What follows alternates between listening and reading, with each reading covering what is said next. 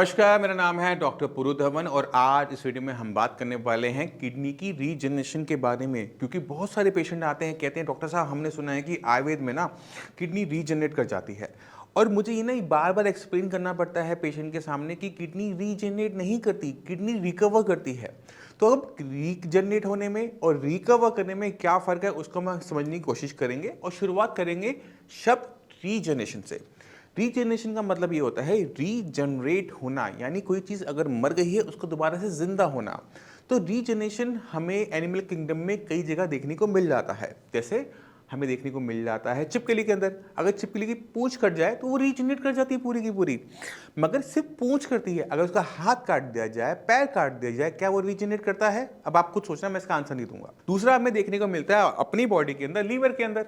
अगर किसी का लीवर काट के निकाल दिया जाए किसी भी कारण से तो उसका लीवर दोबारा से रीजनरेट कर जाता है। तो हमारे लीवर के पास रीजनरेशन पावर है।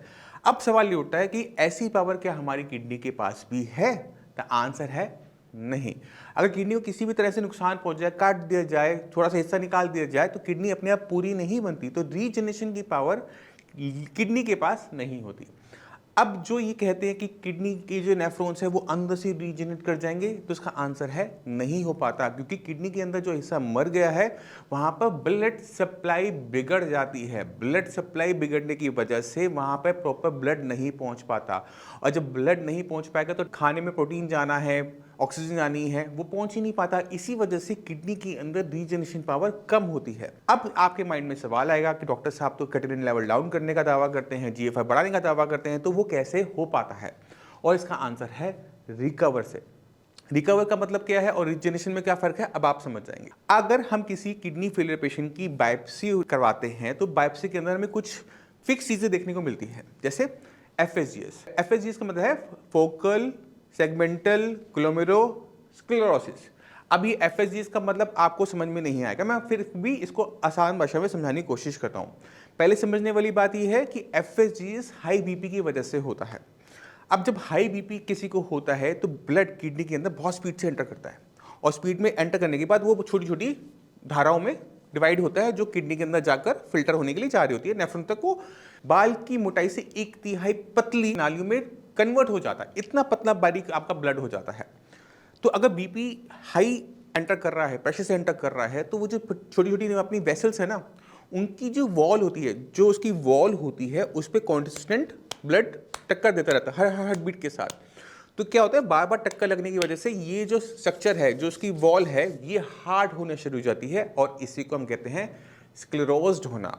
उसका स्क्लेरोस मतलब उसका हार्ड हो जाना। अब वो छोटी सी पाइप है, बिल्कुल पतली सी नली है, वो हार्ड होगी ना तो क्या होगा कि उसके अंदर का जो रास्ता है ना वो और छोटा हो जाएगा। उसका अंदर का रास्ता और छोटा होने का मतलब ये है कि ब्लड अब उसके अंदर एंटर ही नहीं कर पाएगा, क्योंकि वो तो पहले बाल की मोटाई से 1/3 थी।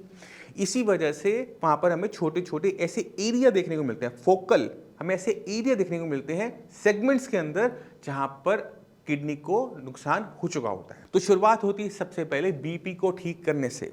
नॉर्मली हमारा बीपी होता है वो है 120/80।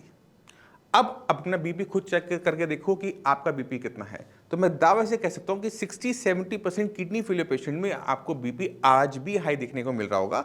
आपको लग रहा होगा कि आप दवाई खा रखी है, बीपी आपका ठीक होगा, बट अगर आप आज की तारीख में इस वीडियो को देखने के बाद चेक करोगे आपको हाई मिल जाएगा। उसके पीछे कारण ये है क्योंकि किडनी फेलियर पेशेंट में बीपी को कंट्रोल करना आसान काम नहीं होता। आपको एक गोली से काम नहीं बनता, आपको मल्टीपल गोलियां लेनी पड़ती है, तब जाके आपका बीपी कंट्रोल में आना शुरू होता है। तो पहला चीज ये। अब कुछ लोगों को लगता है कि हम तो बीपी की दवाई खाते नहीं है, तो हमारी किडनी क्यों खराब हुई? अगर आपको डायबिटीज नहीं है और बीपी से आपकी किडनी खराब हुई तो बीपी आज होना जरूरी नहीं है। हो सकता है कि प्रेगनेंसी के टाइम में बीपी बढ़ गया हो सकता है कि 3-4 साल पहले आपको बीपी की दिक्कत रही हो, अब नहीं है, अब वो मेडिसिन से कंट्रोल है, या फिर वो बिना मेडिसिन के कंट्रोल है। तो बीपी अगर आपको पास्ट में भी रहा है, पहले भी रहा है, तो उसका नुकसान आपकी किडनी को हो जाता है।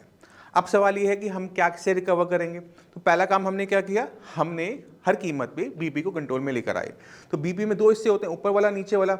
नीचे वाले को हम लेकर आए 70-80 की रेंज के अंदर, ना कि 80-90 की रेंज के अंदर। हम उसको थोड़ा सा लो रखना पसंद करेंगे जिससे हमारी किडनी पे और असर ना पड़े बीपी का। तो हमने पहले सबसे पहले ये काम किया। अब जो दूसरा काम होता है वो समझने की जरूरत है कि हमें जब बायोप्सी करवाते हैं तो बायोप्सी के अंदर दो एरिया आते हैं, एक है स्क्लेरोज्ड एरिया यानी जो हार्ड हो गया, दूसरा एरिया वो होता है जो होता है इन्फ्लेम्ड यानी उसमें किडनी में सूजन होती है अंदर, आपको नहीं दिखेगी, आपको दर्द भी नहीं होगा, आपको पता भी नहीं लगेगा, बट किडनी के अंदर जहां पर प्रेशर पड़ रहा था वो एरिया इन्फ्लेम्ड हो जाता है। तो हमने उस इन्फ्लेमेशन को दूर करना होता है, यानी किडनी के अंदर जो हिस्सा बीमार है मगर जिंदा है हम उसको रिकवर कर सकते हैं। जो एरिया डेड हो गया है, मर गया है, उसे रिकवर करना नामुमकिन होता है, या फिर मुमकिन है तो उसकी पॉसिबिलिटी कम होती है। तो अगर हम किसी भी ऐसे एरिया जो मरने वाला है, मरा नहीं है, इन्फ्लेम्ड है, उसे रिकवर करते हैं तो किडनी लेवल बहुत अच्छा डाउन होता है, जिसको आप अब देखो। आज हमारे साथ हमारे एक पेशेंट हैं जिनका नाम है अमरजीत यादव।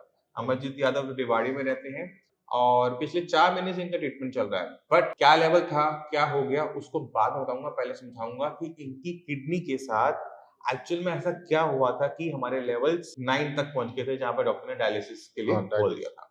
ठीक है, तो सबसे पहले जब भी हमारे पास आए थे तब डेट थी 11 सितंबर 2023।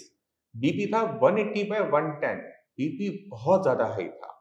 जब बीपी हमारा बहुत ज्यादा हाई होता है तो ब्लड किडनी के अंदर बहुत स्पीड से एंटर करता है, और जो किडनी के अंदर जो ब्लड की सप्लाई होती है, जो नेफ्रॉन्स तक ब्लड लेके जा रही होती है, वो हमारे बाल की मोटाई से भी 1/3 पतली होती है। आप सोचो कि बीपी जब बढ़ रहा है तो सबसे बड़ा नुकसान कहाँ होगा? किडनी के अंदर वो जो ब्लड सप्लाई है, जो नेफ्रॉन्स तक जा रही है, वो खराब होनी शुरू होती है। जैसे ही उस पर प्रेशर बढ़ता है और वो सख्त होनी शुरू हो जाती है। सख्त होने का मतलब ये है कि पेन के अंदर एक छोटा सा आप देखते हैं जहां पर इंक डलती है, ये घेरा का पतला हो जाना। अभी जितना पतला होता चला जाएगा उतना कम खून अंदर जाएगा, जितना कम खून अंदर जाएगा उतना कम ऑक्सीजन, और फूट गया उससे नुकसान क्या होता है कि किडनी सख्त होनी शुरू हो जाती है, और वही आपके साथ हुआ था। ठीक है, अब हमने इनके केस में सबसे पहला काम क्या किया था, हमने सबसे पहले इनका काम किया था बीपी मैनेजमेंट। अब बीपी कितना आता है? अब नॉर्मल आता है। ठीक है, अब बीपी जब हमने नॉर्मल कर दिया तो जिस कारण की वजह से किडनी खराब हो रही थी वो हमने हटा दिया। अब मतलब ये नहीं बीपी की वजह से अब कोई नया नुकसान नहीं हो रहा। जब नया नुकसान होना बंद होगा तो ही रिकवरी स्टार्ट होगी। इसी वजह से सितंबर में आपका लेवल था 9 और आप कितना बताओ? अब मेरा है 4.56 4.5। अब आप सोच रहे हो कि 9 से 4 हुआ है, नॉर्मल क्यों नहीं हुआ? आपने अभी मेरे से पूछा था नहीं सवाल, लेकिन नीचे कम जा रहा है, इस महीने कम गया, पिछले महीने 4.7 था, 4.5 आया। किडनी जो अंदर से मर गई है वो जिंदा किसी कीमत में नहीं होने वाली। जो किडनी का हिस्सा बीमार था या फिर जो मरने वाला था, हम उसको बचा सकते हैं, बीमार हिस्से को ठीक कर सकते हैं, बट मरे को जिंदा नहीं कर सकते। इसी वजह से लेवल हमारा 9-10 के आसपास से 4-4.5 तक नीचे आया है, और ये अब धीरे धीरे ही नीचे जाएगा। तो आपने खुद देखा कि अगर हम सही तरीके से काम करते हैं तो हम किडनी की फंक्शनिंग को रिकवर कर सकते हैं। तो ये शुरुआत होती है जहां पर हमारी किडनी और खराब होना बंद हो जाती है। तो आज आप मोटा मोटा समझ गए कि किडनी की फंक्शनिंग को रिकवर करना अलग है और किडनी को रीजनरेट करना अलग है। किडनी का रीजनरेशन आज तक मेडिकली डॉक्यूमेंटेड नहीं है, किसी की भी किडनी को रीजनरेट होते हुए नहीं देखा गया। तो आप आज उम्मीद लगाओ कि मेरी किडनी रीजनरेट कर जाएगी, वो गलत है। आपकी किडनी की फंक्शनिंग रिकवर कर सकते हैं क्योंकि किडनी के पास अपने काम बढ़ाने की क्षमता तो है ना। जैसे अगर कोई एक किडनी किसी को दे देता है, 2 किडनी में से एक किडनी हो गई तो उसका किडनी लेवल बढ़ना चाहिए था, बट ऐसा होता नहीं है क्योंकि किडनी अपने काम करने की क्षमता को बढ़ा लेता है बिना अपने साइज को बहुत ज़्यादा बड़ा किए हुए, बिना उसका उसमें नेफ्रॉन्स की संख्या नहीं बढ़ती है, बट वो फिर भी अपने काम की क्षमता को बढ़ा लेता है। तो यही काम हमने हर किडनी फेलियर पेशेंट में करना होता है कि किडनी जितनी भी मेरे पास आज की तारीख में है उसमें उसकी काम करने की क्षमता को बढ़ाना, जिससे बॉडी में जो किटनिन है, यूरिया है, वो बॉडी से बाहर जाए, किटनिन लेवल नीचे जाए और जीएफआई लेवल ऊपर जाए। इस तरह से रिकवर होती है किडनी, इस तरह से रिकवर होता है किडनी के फंक्शंस। रीजनरेशन नहीं है पॉसिबल, मैं फिर कहता हूं, क्योंकि पेशेंट आगे पूछते हैं डॉक्टर साहब आप, मैंने सुना है आप कहते हैं कि रीजनरेट। मैं कभी भी रीजनरेशन के बारे में बात नहीं करता, मैं हमेशा रिकवर होने की बात करता हूं कि किडनी की फंक्शनिंग रिकवर की जा सकती है, किडनी लेवल डाउन किया जा सकता है, जीएफआर बढ़ाया जा सकता है, बट रीजनरेशन का जो वर्ड है वो अप्लाई नहीं होता। तो मैं उम्मीद करता हूँ इस वीडियो से आप काफ़ी कुछ समझ गए होंगे। फिर भी माइंड में कोई भी डाउट है, कुछ भी पूछना चाहते हो, मोस्ट वेलकम, आप मुझसे आकर मिल भी सकते हो। डॉक्टर की टीम है, आप उनसे भी बात कर सकते हो। इसी के साथ आप सभी से मैं चलने की आज्ञा चाहूँगा। मिलते हैं अगली वीडियो में, तब तक के लिए नमस्कार।